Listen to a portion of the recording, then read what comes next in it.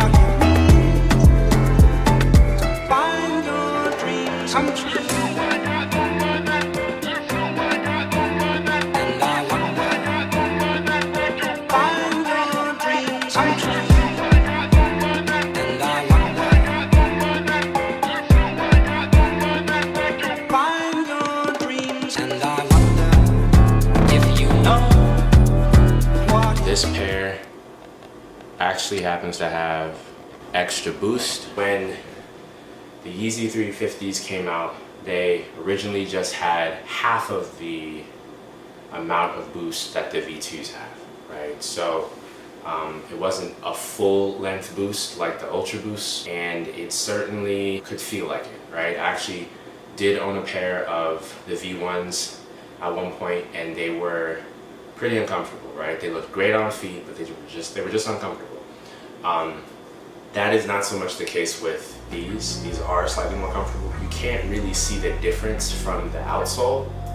And I wore these a couple times, but they actually seem to be in pretty good condition. But the Boost is longer, right? It's more extensive. So I think that the original pair would have originally had half of the amount of boost. This has more boost, so imagine this having around the same amount of boost as the 350 V2s. So if you find 350 V2s to be comfortable, then these shouldn't be that different. They are slightly different just because the midsole is made of a different material, and I would generally say that the durability on this shoe is a little better than the V2s, mainly because the material of the outsole is much less likely to break apart or erode, because the material is just a lot thicker and a lot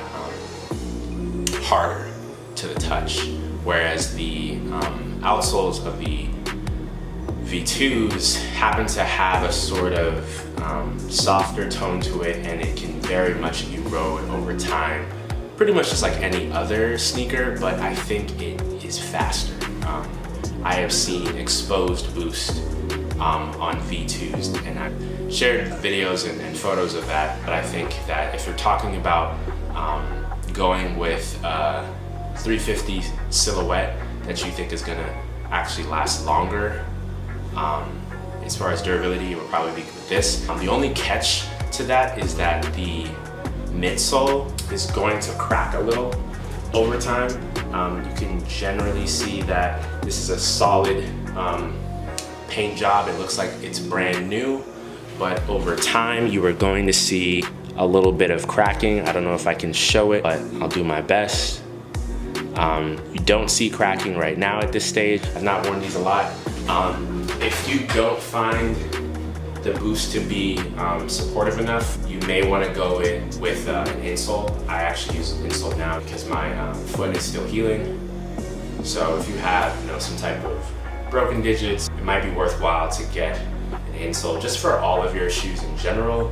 You can go to some local sneaker shops, but you definitely want to take care of your feet. I think just this past year of dealing with an injury, dealing with my feet, I've been a lot more conscious about what types of shoes to get what my feet are like, whether I have a big arch, a small arch, barely an arch at all in my feet. And I think it's been important to identify the shoes that will improve your ability to move around. I think for me, Adidas sneakers in general, in my opinion, tend to be more comfortable than Nike sneakers.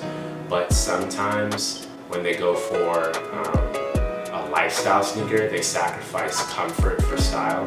I wish it weren't like that, but that said, Nike tends to sacrifice comfort for style all the time. A lot of their shoes are performance shoes. I mean, Nike sneakers, the sneakers app is pretty much designed for you to get those lifestyle sneakers, better for worse, but I think it's important as you get older and as you either become more injury prone or just sustain an injury to actually get a shoe that is going to have you have a smooth ride whenever you're walking, running, jogging, biking, you name it. So for me, I think these shoes, as well as the Hokas that I got last month, have been my go-tos. I will say that because my feet had an issue of swelling because of the injury, in hindsight I kind of wish that this pair had been just a half size up, but that's because I had an injury, right? Normally this would be the perfect size. I did go a half size up, so I went a half size up of my normal Adidas sizing. So when I go with purchasing Ultra Boost, I generally go a half size down from my general Nike sizing. But for this pair, it's generally okay to go true to size, basically, is what I'd say. So this is the same size that I would get from a general Nike sneaker, a pair of Jordan 1s, some Dunks. So I just think that in general, you want to go with true to size for this pair, for like the 2022 version. Not the 2015 version. The 2015 versions were notoriously crazy with sizing. It was very difficult to nail it down. I think for those pairs, you generally wanted to go like a full size down from your general size, which is crazy because a lot of people ended up getting pairs that were way too big. And I think the reason for the weird sizing is because of the fact that this primeknit is probably the best part of the shoe. This is what makes it more comfortable than the V2s.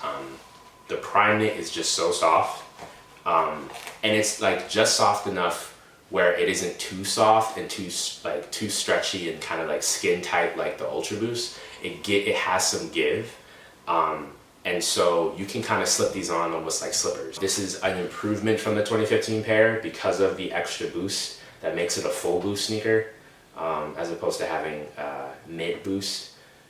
Literally mid boost. This is now built for daily wear. You can debate that however way you want, but that's what these allege. So I got these not so much because of Ye, but because I loved how these looked on feet when they first came out, and pretty much anyone I saw who owned a pair, who wore a pair, just looked really dope in these. So I had to get a pair when I could finally guarantee that I could actually get some improved comfort on the shoe. So that was really cool of Adidas to do, or easy to do. If you think that it looks old, if it looks like something cavemen would wear, you're kind of right. You were right back in 2015 and you're right today. These look old, but they have this balance of this sort of futuristic appeal as well as minimalistic appeal. That's kind of what makes this shoe feel timeless.